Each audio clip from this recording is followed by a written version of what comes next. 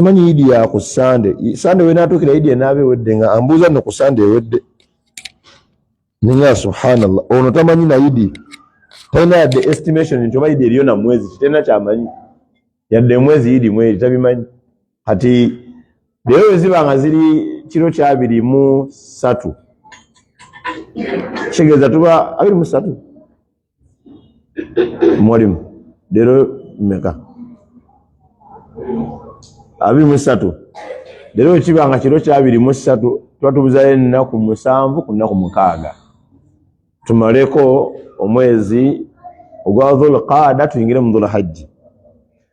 Omwezi gwa Dhul-Hajji guliko ekigambo kinene nga kiva ku mbaka Nabi Muhammad sallallahu alaihi wasallam kyenjagadde olwaleero bi idhnillah tukyejjukanyeko obudde butukutte ne kulokuba nti darasa no weenaddira ejja kusanga ng'ebimu bitambudde ku bitwagala okuba nga twejjukanyako kyovulaba nti twagadde tugiteekeo insha Allah yadde nga tumaze okukola ki nga tumaze okusaala. Nabi sallallahu alaihi wasallam yatusomesa ku bbanga lyetugendamu erya Dhul-Hajji. Hadithi ya Ibn Abbas radiyallahu anhuma.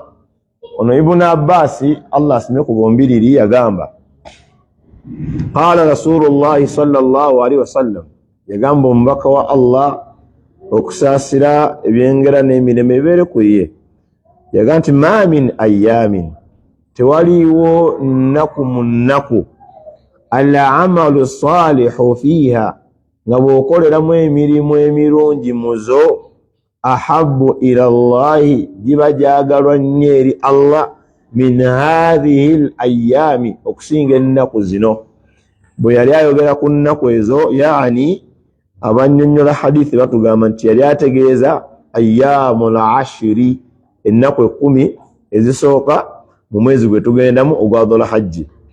Qalu, ne bagamba ya Rasulallah, wange gwe omubaka wa Allah, walal jihadu fi sabilillah, ekyo kyoyogedde ozingiddemu ne jihadi.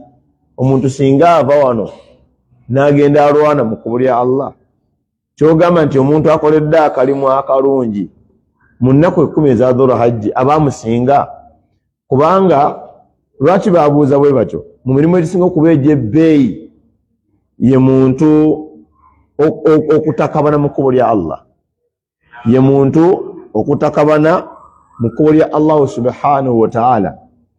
Era Nabi sallama Allah yagamba mu suratu ki ojja kunnyambako erinnya ndyerabidde. Allah agamba nti ya ayuha alladhina amanu hal adullukum ala tijaratin tunjikum min adhabin alim, suratu Saffi. Allah agamba nti ya ayuha alladhina amanu, abange mu abakkiriza, hal adullukum ala tijaratin tunjikum min adhabin alim, mbalagirireyo ku kyobusuubuzi, mbalagirireyo ekyebbeeyi nga bwe tunaaba tukikoze kigenda kutuwonya ebibonerezo ebiruma. Bwe abannyonnyola kya busuubuzi ki, yabagamba nti tu'minuuna billah, kukkiriza ani? Kukkiriza Allah, kukkiriza Allah wa rasulihi, ne nabbi we Muhammad sallallahu alaihi wasallam, watujahiduuna fi sabilillah, n'agamba nti n'okutakabana mu kkubo lya Allah oba n'okulwana mu kkubo lya Allah subhanahu wa ta'ala. Watujahiduuna fi sabilillah bi amwalikum, ekyo nga mukikola nga mukozesa ssente zammwe, wa anfusikum, nammwe kennyini. Omuntu asobola okutakabana mu kkubo lya Allah ng'ataddemu ssente, taddemu ssente. Kati nga arrangement gye tukola ey'okuyamba ku basiraamu ab'ekkalamoja biidhnillahi subhanahu wa ta'ala, enteekateeka eyo yeetaaga ssente, okugula amakanzu, okugula shariya, okugula bukaaya, yasarna, Qur'ani, bulooka, kubanga tulina okukola entegeka insha Allah okulaba nga tuteekawo ettendekero abaana bwe banaasomeranga obusiraamu ne bazadde baabwe bakozesa abawalimu abo okusoma eddiini yaabwe. Kati abantu batakabana mu kkubo lya Allah nga bateekamu ssente, bateekamu ssente wa anfusikum, nammwe kennyini. Omuntu neyeewaayo ye n'agenda n'abeera ensonga eddiini ya Allah egende mu maaso, kugisomesa. Ebiseera biri ng'entalo zikyaliwo ez'eddiini, ng'abantu bagenda ne balwana, abamu ne bafiirayo, baagala ddiini ya Allah genda mu maaso. Kati Nabi sallama Allah yatulaga nti jihaadi fi sabirillah, okuyiwawo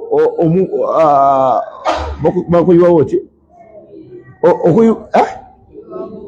omubiri nga babeera bakyetabyemu, kigenda kubawonya ebibonerezo ebiruma.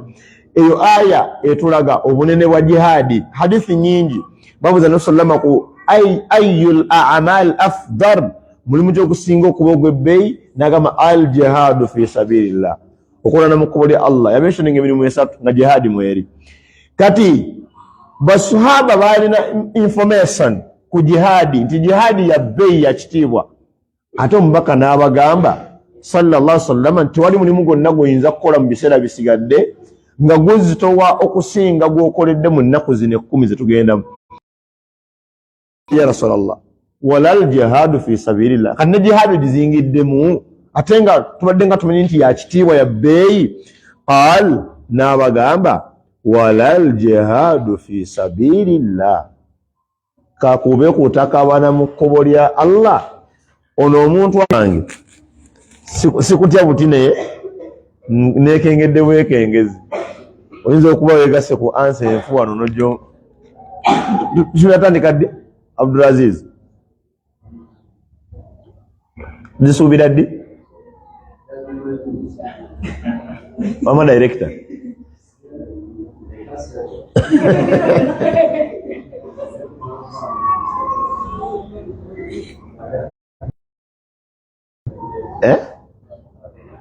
lwa mukaago basande Kasawuli ekibinja ky'okulidde Kasawuli aliwa okuliddemu ekigulupu kingamba Mando basande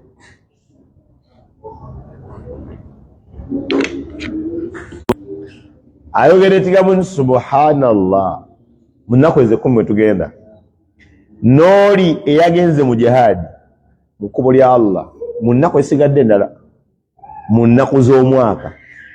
Omwaka gw'obusiraamu gwina ennaku 360, wabula singa omuntu mu nnaku ezisigadde 305 akoleramu ibaada yonna omuli jihaadi, ibaada enzito, ono omuntu najja mu zino ennaku 10 n'ayogeramu jasa ekigambo subhanallah, ayogedde kiba kisinga oli bye yakola mu nnaku 305. Omubaka abagamba nti walal jihaadu fi sabirillah, kebeere jihaadi mu kkubo lya Allah tezitowa kwenkanankana kalimu kokoledde mu nnaku zino 10 eza dhula endeze naziteekayo mu kkubo lya Allah. Falam yarji, ne watabaawo kikomawo min dhalika bishaiin, mu byagenze nabyo yadde ye kantu konna. Ne bagamba nti Sulaimaani agenze mutawulu wa Allah subhanahu wa ta'ala, wabula afiiriddeyo ne maali yonna neesaanawo. Oyo ye tosobola kumwenkana, naye ono agenze n'alwana nadda teyenkanankana muntu agamba subhanallah walhamdulillah wala ilaha illa Allah wallahu akbar. Wano hadithi ya Imam Bukhari, Imam Abu Dawuda rahimahum Allah min hadithi Ibn Umar, mu hadithi ya Ibn Umar, la ilaha illa Allah, la ilaha illa Allah. Olaba tahariri omulimu gwayo tarahma, la ilaha illa Allah julide jeraga kati ate abasiraamu ate bayiriba nayo ku bafu olukwata omufu ne bassa wano nga batandika la ilaha illa Allah, la ilaha illa Allah, la ilaha illa Allah, la qaharu illa Allah. La ilaha illa Allah zikiri nga eri wakati w'omuddu ajogera nani ne Allah. kati Allahu akbaru nogamba wadhkurillah nakita nagati bane mu nnaku ezo mutenderezani mutendereze Allah. Baganda bange basiraamu, egimu ku mirimu egisinga okuba egy'ebbeeyi mu maaso ga Allah al adhkar, kutendereza Allah subhanahu wa ta'ala. Omukkiriza waba ayingira omulyango ogwo ayingira mu masjidi ayogera bigambo ki? Agamba atya?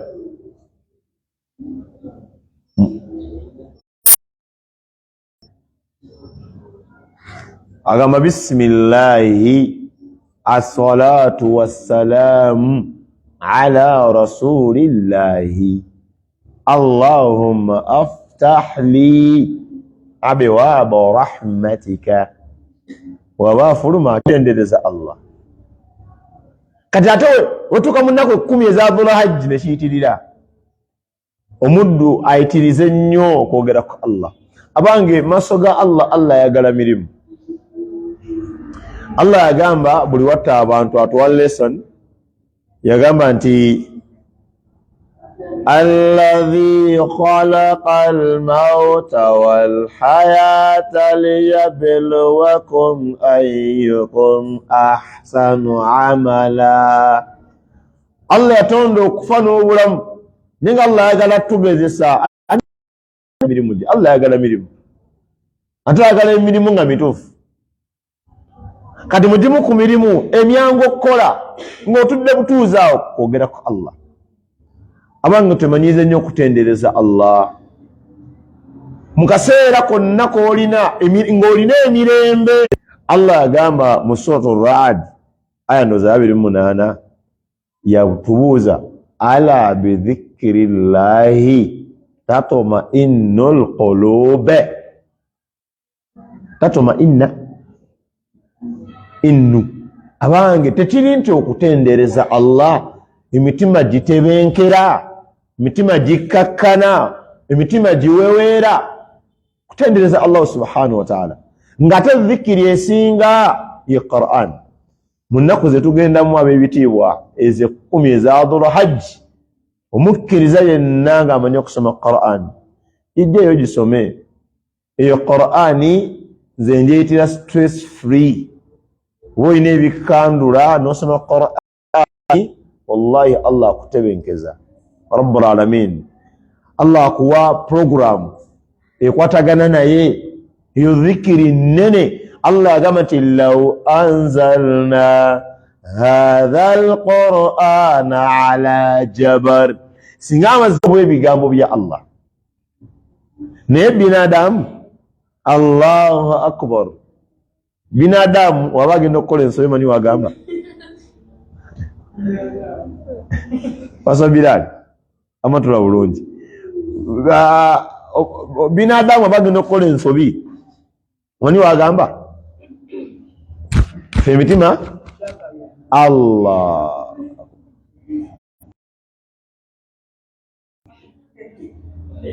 Allah n'agamba mu suratu Kahfi ayo bayana mu 5 yagamba nti walaqad sarrafna fi hadha alquran linnasi ni Allah yagamba wa kana al-insan nechi bayita omuntu akthara shay'in jadala, yakyasinzo kaluba mpaka ziringa mpaka bamugamba kino kaze ngambe kino, bamugamba kino nze njagala kino.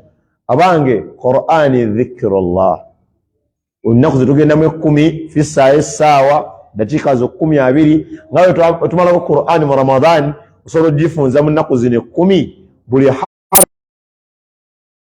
kubisaamu. Alejjukira omulimu gw'oba okoze mwezi ennaku tewaliwo kigwenkana bunene mu bye twewerera okukola mu nnaku ezo 10. Mbasaba tugatteko Qur'an. Ekyokubiri nga tumaliriza hadithi ne tugambye mu mirimu egiyitirizibwa okukolebwa yu'dalu bisiyami sana, wekanakana nga asibye omwaka mulamba. Allahu akbar. Okusiiba olunaku mu nnaku ezo 10 wekanakana ngasibye mwaka munaba bo bakadde baffe olwokuba balina omululu eri eddiini sallallahu atuwa omulunkanira eddiini batifuula balangiriranga bulangizi enkya kusiiba era bo okusiiba kwabwe ennaku ezo 10 lyalingana tteeka gye bali nga tebabuuza abantu abamu batagala kukola ddiini beebuuzisa mu ddalasa seeka okusiiba mandula buli owulira nti kanakani muka sunna kuŋŋaanya ekisawo kyo kyonayandulira Allah kibeere mukalonda w'emirimu nga mungi bikakwejajinga nti ne kati nze yazimba omuzikiti guno ate tugenda kusala adhuhiya jama tugenda sala adhuhiya olwo batagenda kusala kulwaki kati emyaka ndi mu mukaga buli mwaka nsala nti Allah naye n'aba tasiima busiimi kuguno nange nekyanze n'abalala basalira tetuli bulungi. Allah subhanahu wa ta'ala yaga nti wa amma man thaqulat mawazinu fahuwa fi 'ishatin radiya yenna Allah gwanasa wangala obuddo bwe agenda kubeera mu mbeera gyasiima gyasanyukira Allah agenda muwajjana kulwaki emirimu mingi kati mu mirimu gye tulina okwongerako mulimu okusiiba nsaba Allah nteeke mbana zisiiba zonna ate bino ebyokubuuza seeka waliwo hadithi yonna egamba okusiiba ennaku 10 ezisooka mu Dhul Hajj teriiwo era teziri faradha kati gwe yajjuza ekisawo siiba ate bwosiibira ki ensawo ekoze eki ekubyeko tituwasadde subuhi tuwasaddakidde omulema aye kati gwogambikako wasadde layiri kalogenda ogatta ente wano nga baagala balaba nalina omuzeeyi twali mu dalusa eyo kati twali tumaliriza ne tukubiriza abasiraamu baweeyo ku ssente ne basonda ssente alhamdulillah naye mubaleeta ssente mwajjiramu ak'omutwalo ate ng'ezikulembedde obedda 1,000, 500, 200, 1,000 kati ak'omutwalo we kajja takibiira tetwamanya naffe gye yava batandikirawo Allahu akbar la Allah omuzeeyi naŋŋamba seka n'ekibuuzo nemugamba kusaala obudde nga nagase kanyamba kuba katugenda mu swala nga sikibuuzizza nga kinnuma naga nemukkiriza omusiraamu naabuuze naga nti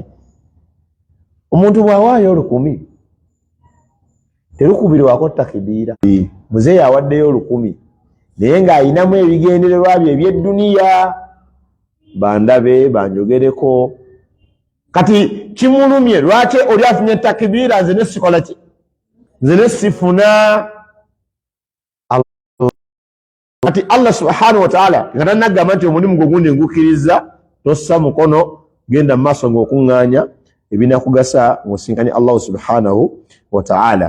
So okusiiba ennaku ezo 10 kya bbeeyi oba osiibamu olunaku lumu nga lw'osobodde bwe luba nga kiganye olukulu kuba ku lunaku olwo olwa Arafa Allah n'ava n'ava waggulu kuba ali waggulu eggulu ery'omusanvu ali ku Kaaba ali ku Arushi waggulu eggulu ery'omusanvu kati buli kiro avaayo Allah waffe najja kugula ebisooka nagamba nansaba mukolesi nansaba mwanukule nansaba okumuwa mu Allahu akbar walisitizeko mu ssaawa ezo wasitukako oyagala first grade wasitukako tewasituka temusituka ne mwagala first grade bw'osituka ng'ogenda okufuka mu baketi wasituka ogenda ku baketi ayani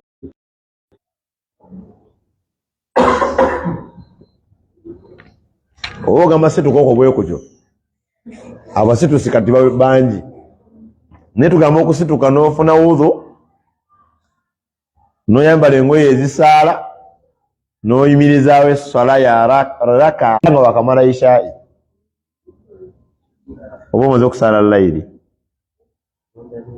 mawazi abatasobola kukuuma wuzu kutuuka ku salatu layiri ng'okyagirina gwe omala ishaa'i ng'osala raka yetya bw'otulayo ku kkubo nga bakulinze tebannaba kukuyita ng'oddawo ng'osaala endala mmeka ng'oweza mmeka 3 bw'obakubira essimu ng'osala endala mmeka ezo mmeka bwe batuuka naffe nga tuveeko mu wuzu ng'osala endala mmeka ezo mmeka kasaba va mu wuzu tetunasala ishaa'i nga gw'osala endala mmeka owezeza mmeka ngero sala endala mmeka ng'olekeraawo ng'olekeraawo ifasi sirifu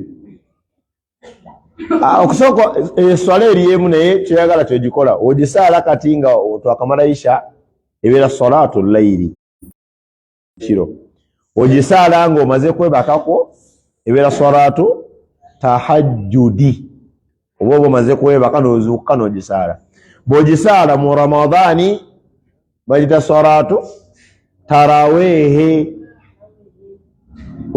okugisaala olw'okuba nti esembi abantu banaku tebalina ke balina ne gwolaba akuwadde tomanyi bbo lyakoze eki byasigazza era mwagala otegeera nti okuwa afunye ebbwa gwe mu disappointing ogenda mmanya ebbwa liri lye yafuna nga akuwa gye lyakoma era ogenda okuwulira waliwo omusiraamu yangambye tuyamba abantu yadde wano oba ku musomo gwa jjo nanti seekanze ennyambye abantu naye nava ku bantu kulwaki bwe yali abawa era alina returns ennungi zasuubira bw'atazifuna n'ava ku bantu kati yadiringa n'ebisolo byatuma ebikopo mpa ekikopo asaba atumalire omuddu ku lunaku lwa arafa mukama waffe allah akka misana saba allah olunaku olutuuke nga siri bize njogereko ne allah nina eminayalo mumugamba director nabadde ndi awo jjo nakamotoka kange nkatuuse Hilux allah kati manjiyitako neŋŋamba naye emotoka eno nkanya kugisaba sigivuganga namu ensooka nemperereza yagireese nga jama nkubulire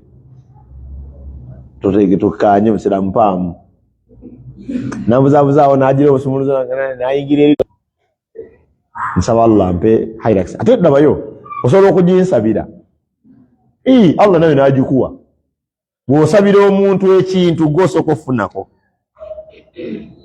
subhanallah temukimanyi bwewanika emikono ya allah seeka waffe Sulaiman muweteweta Hilux kuba namugamba allah nteremu ne honda munda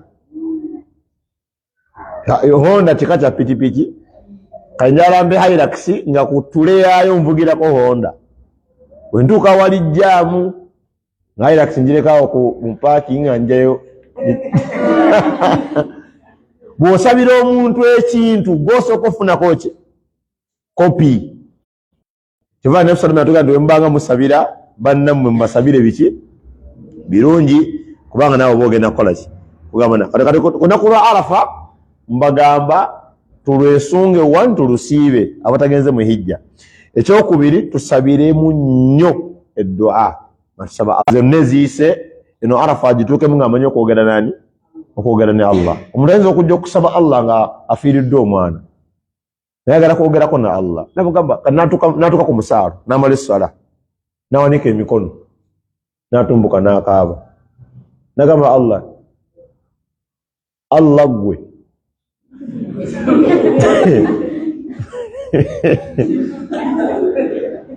singa wali muntu singa kati tulwana bane mbabuulira ebintu ebibeera mu dduwa z'abantu omusajja yali mu ddua oba amulabako yali e Makka ku Kaaba ng'agamba allah furush wamulaba yali musajja muddugavu kati ali ku Kaaba ayagala kugamba Allah mu Luwalabu tamanyi kunnyonnyola ndi mune Allah ampa ssente manyi olulimi otali lulwo mulwo statement zikulema okujjayo nga bw'okola ki kati yalabanga wanamugamba mu lucofu oba taawulire kanagamba Allah furushi natumbuka n'akaaba kati k'omuwala Allah furushi Allah jalla jalaaluhu osobola omusaba emyaka 1000 nga takwanukulanga ate ng'awulira ng'akulaba kubanga Allah n'otonamusaba aba amanyi kyoyagala naye olw'ensaba embi mutufu ddala Allah ku baana bonna abali ku mizigo wano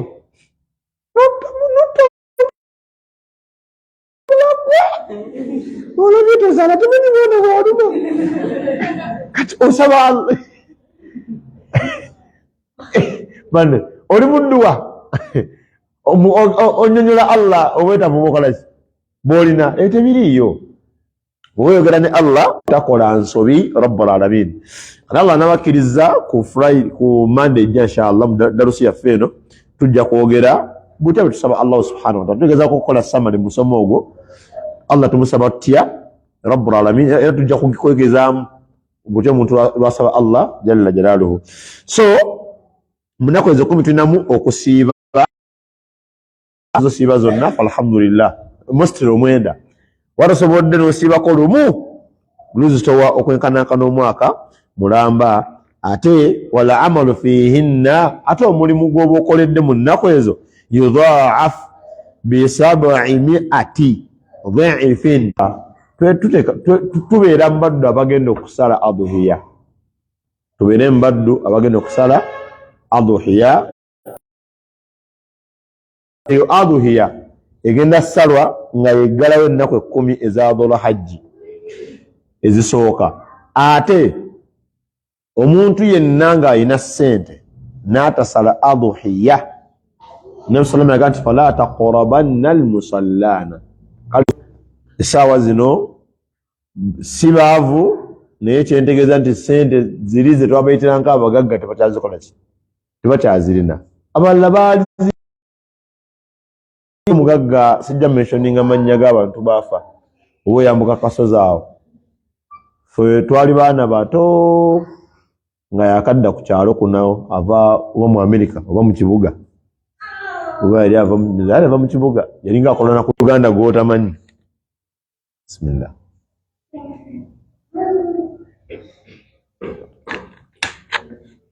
yayambalanga galubindi njeru topi njeru t-shirt njeru ekinwe ekyeru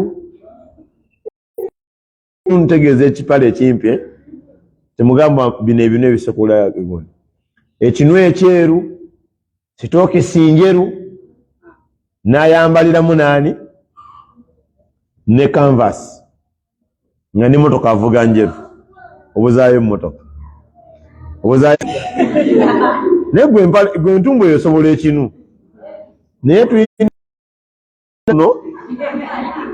nga obutasasamaza abantu nakuleeta collision okukondagana nga kale obasaasira n'otayambala mpale ki mpale nnyimpi ng'ogenda kuleetera abantu obuzibu nga musoma hadisi ezibagumyagumya nze munsaasire temuzinsomera njagala hadisi za bugagga lagisaamu ssente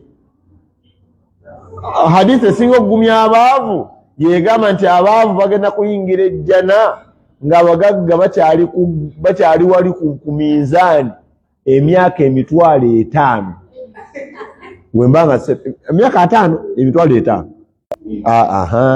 naye ate omugagga bw'anajja mu jjana agenda funa nnene ku kati omuganda yavangamu ebigambo oluusi ebyalinga ebyensonga omuganda yagamba nti okubwesooka si kukola ki si kubulya ebigere bye bisooka mu ki okulinnya obuliri naye sabala atuwa ku ssente nga tugendereddemu kumusinza nazo. Kati oyo omugagga yali mugagga, nze mulabye n'awangaala nga mugagga, n'afa nga mugagga. Okumanya nga oyo omusajja yali mugagga, ennyumba ye ng'amaze okufa, yamala okufa ne batakawo ennyumba endala ku kyalo kuno kweri. Ku kyalo kweri temunfuna obubisi gambe ewamu, sikakasa nnyumba egisinga. Ndakumidiya kuba ayinza okuba banaye bali kuno kati ate simanyi yo nnyumba muzenda bwe ziri mu area mweri nga egyeyimbamu.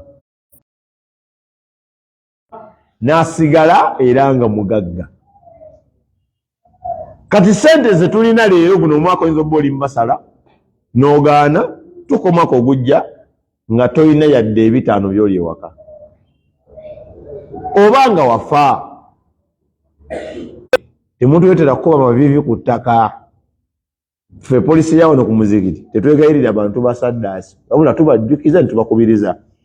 Oba oyagala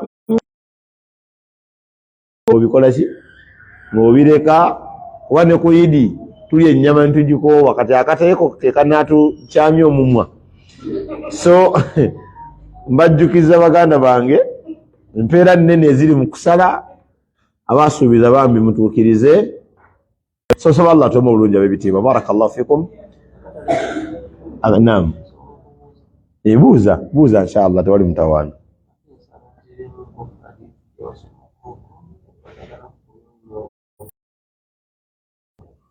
Eyo ntute mu swala, ow'eswala ogenda kujja, ow'eswala ku Lwokusatu inshallah sekawo ebibuuzo mu swala eyo.